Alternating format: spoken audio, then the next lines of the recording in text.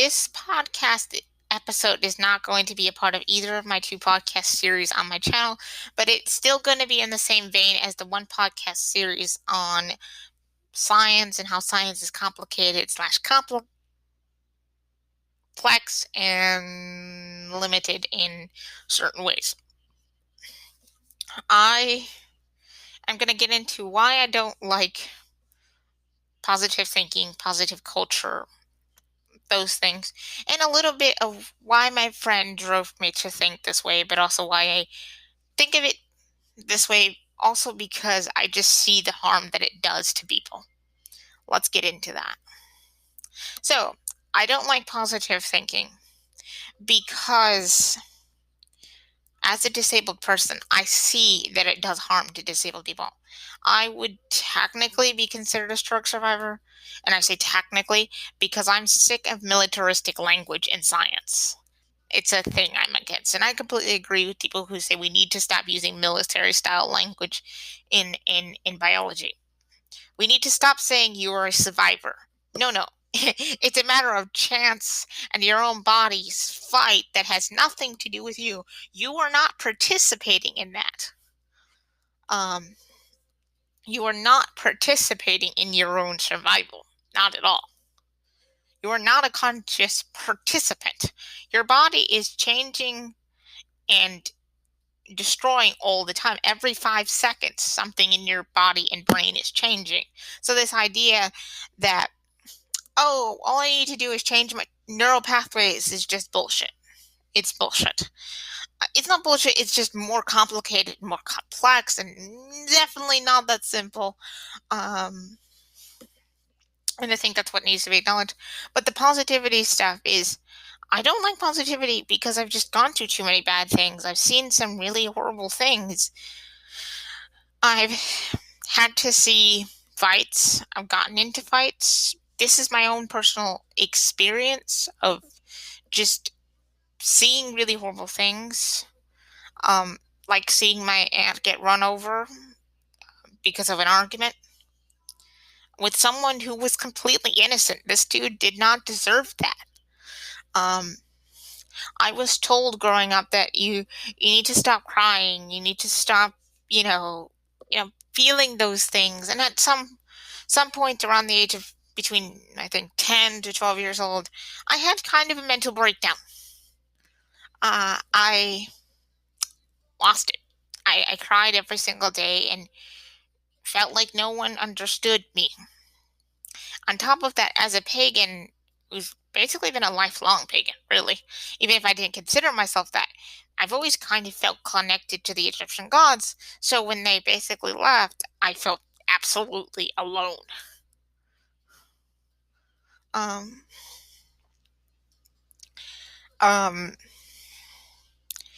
And so I felt that way for a while.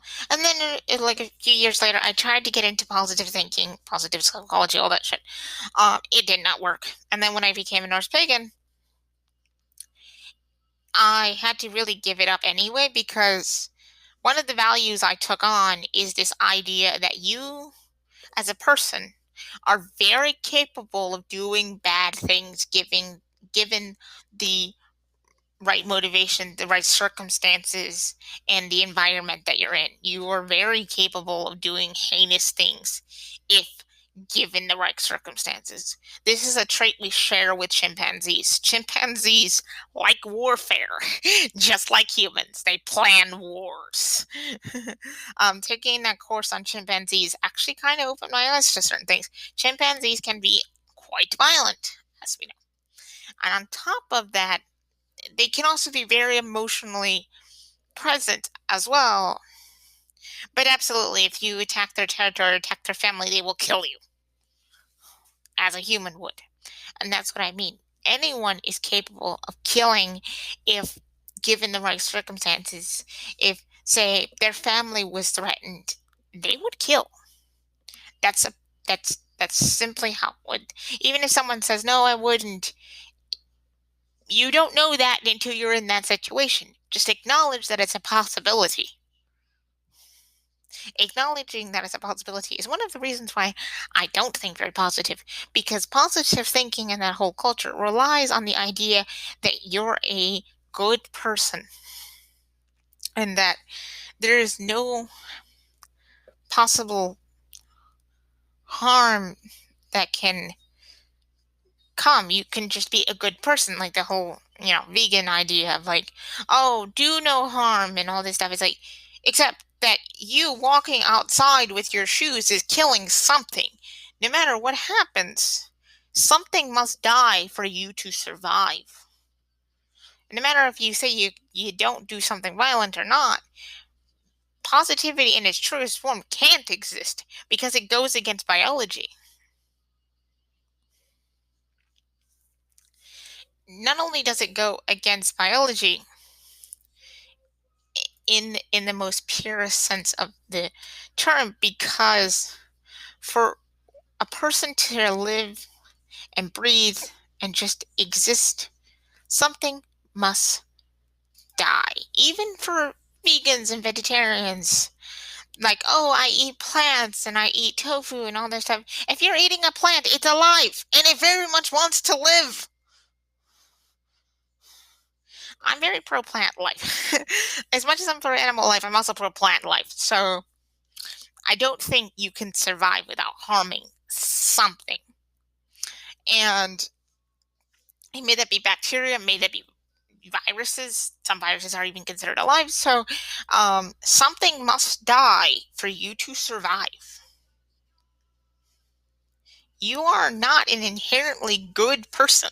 You will never be. It is a biological impossibility.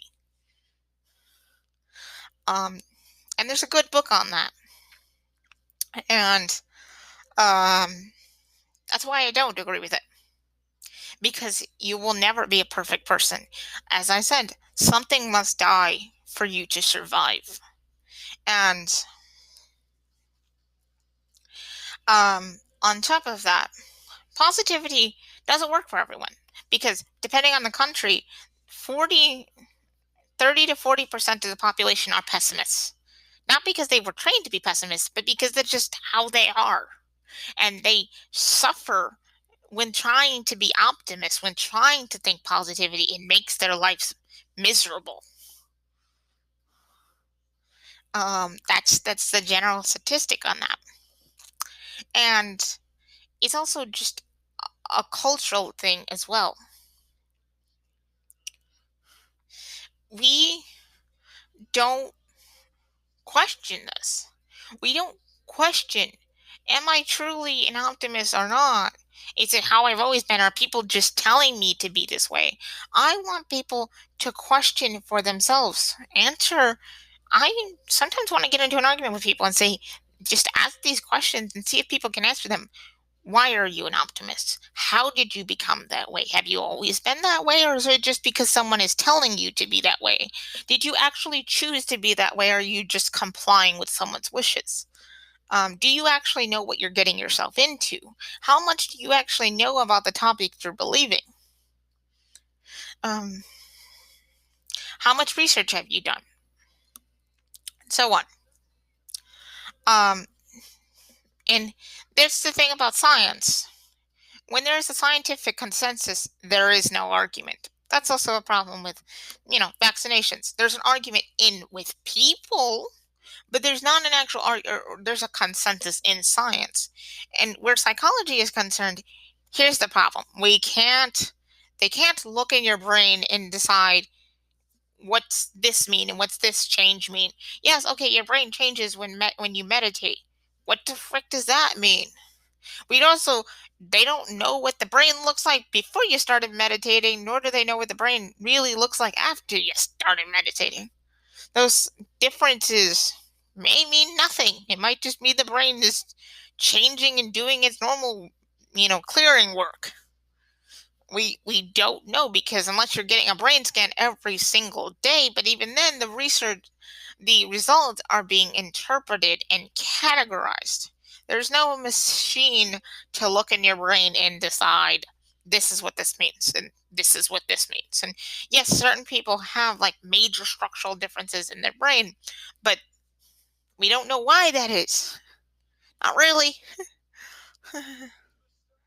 um, and positive psychology really suffers from this because it basically harkens on the idea that it's empirical. It is scientific, even though it's actually far less scientific than fields of some other fields of psychology. It it doesn't really have that much research backing it up.